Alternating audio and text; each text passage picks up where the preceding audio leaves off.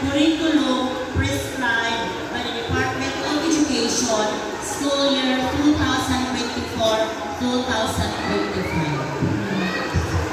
Ma'am Caroline, on behalf of the Grade 1 Class Advisor, it is my great pleasure to accept the 16 pupils promoted to Grade 1 and to be my Grade 1 for the school year 2025-2026.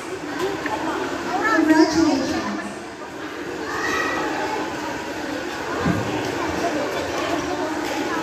Thank